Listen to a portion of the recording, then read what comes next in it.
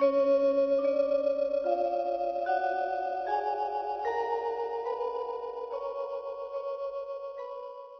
สวัสดีครับ FC มื้อนี้สิพาติดตามแนวทางของน้องเด็กถ้า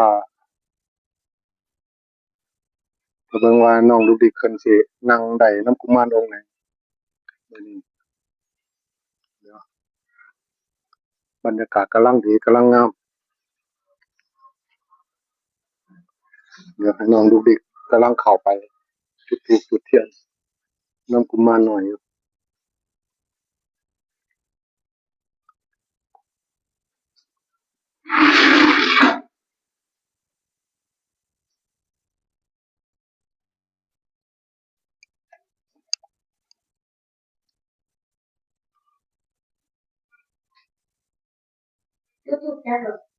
5 ดอก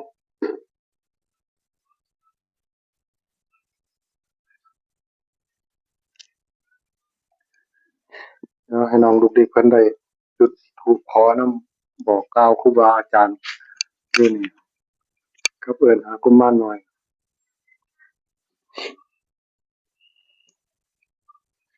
ธูปจุดเทียนหลาย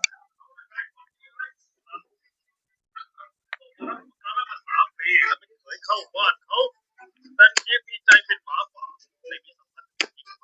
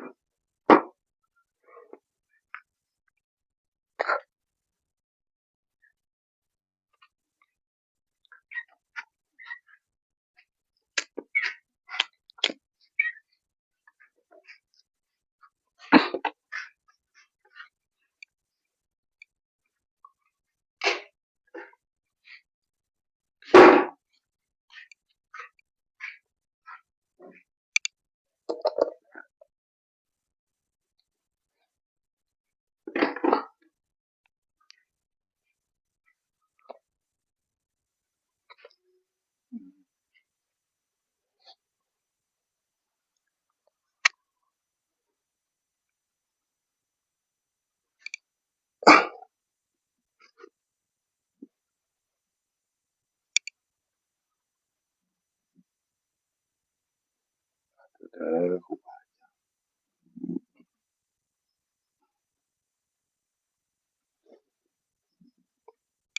เอามานี่ยกขันดอกไม้ขึ้นบอกเพิ่นบอกกล่าวเพิ่นดีๆนั่งเฮ็ดดีๆสาธุอริทวานามิตังสมิตาปทันตาอาวิชิตาปิตาปริตังพนันตุเกกามิจารูเปสุริสิกลตเตจันตาริเชวิมานิทิเปราเทจคามิตรวนาคหานิเกวะตุยเตโอมาจยันตุเทวะชราตราวิสมิยาคาตัมพันธนาคาติตันตาสันติเกยังมุนิวราจนังสาทาวมิสุนันตุธรรมสวนาคารุยมทันตาธรรมสวนาคารุยมทันตาธรรมสวนาคารุยมทันตาสาธุครูบาอาจารย์ลูกหลานขอพึ่งพาอาศัยสิ่งศักดิ์สิทธิ์อยู่ในนี้ทั้งกุมารน้อยก็ดีทุกองค์ทุกองค์ลงมาโปรดมาภายงวดวันที่วันที่1มิถุนายนปี69นี้ด้วยเถิดสาธุสาธุเด้อกุมารน้อย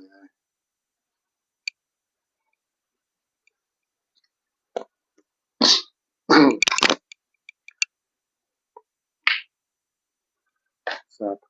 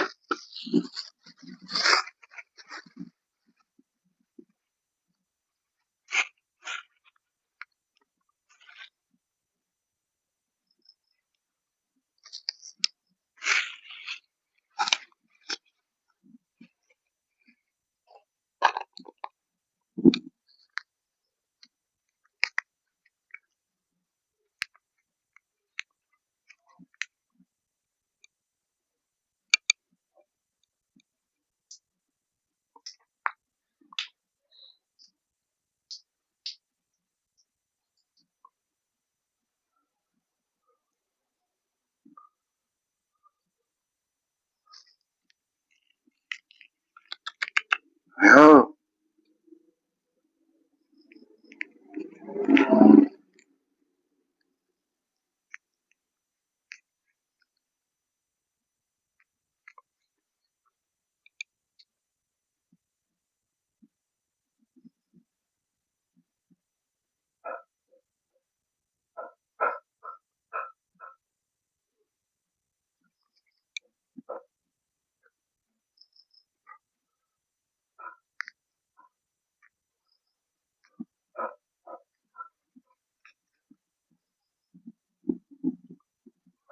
ขอตรงๆเด้อกุมารน้อยไอ้หมดนี่3ตัวตรงเลยเด้อ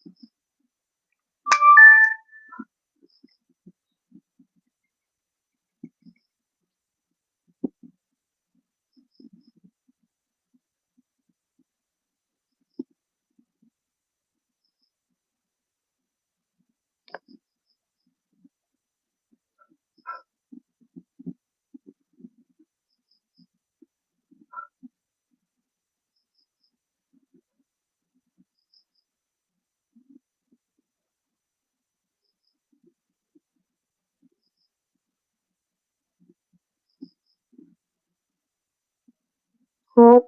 8 4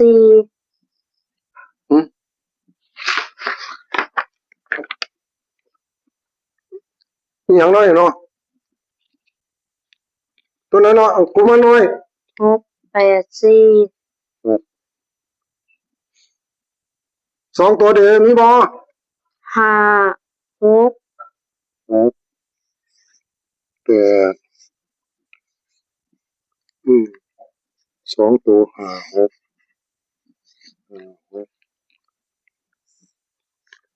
8 6 8 4 6 4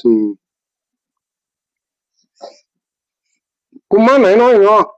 กุมารเทพ มา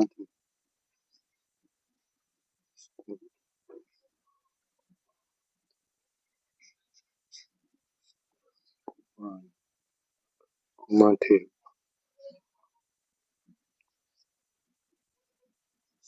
กุมารเทพเอาเด้อแม่นเอามันแม่นๆเด้อกุมารเทพเอ้ยหมดนี่เดี๋ยวFC เขียนก่อนบ่ทันได้ขอล้างให้น้องแล้ว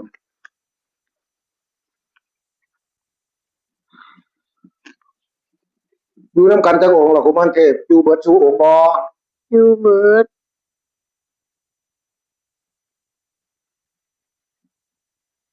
กุมารไข่เด้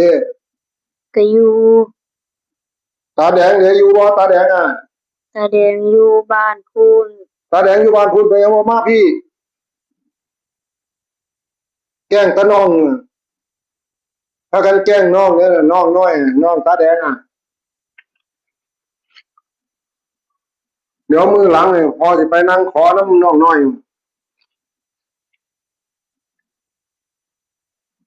ได้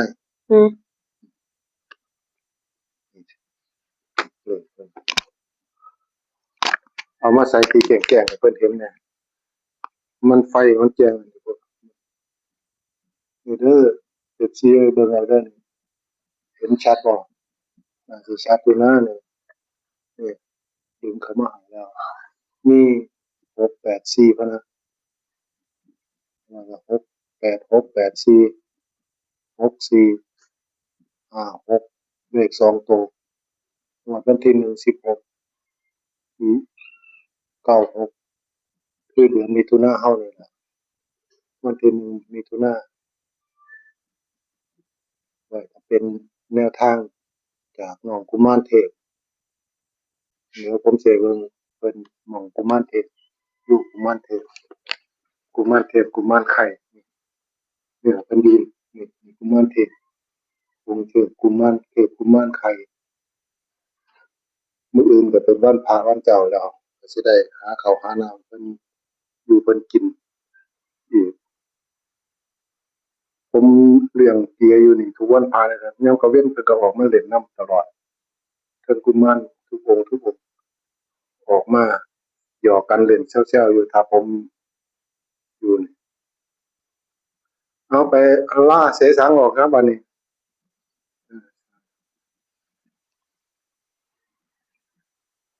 อรหังสัมมาออก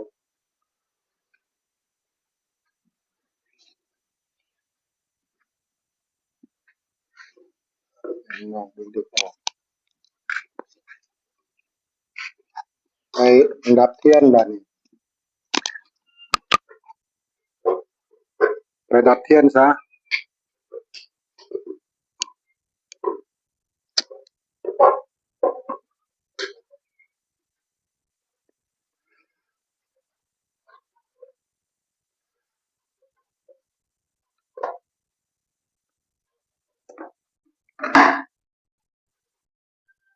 นะครับบัดนี้ครับก็สุดนี้ก็ขออำลาพระจากขอให้มีโชคมีหมานนำกันเด้อ FC เอ้ยสุขุสุขคนวันที่16เฮานี่วันที่1เฮานี่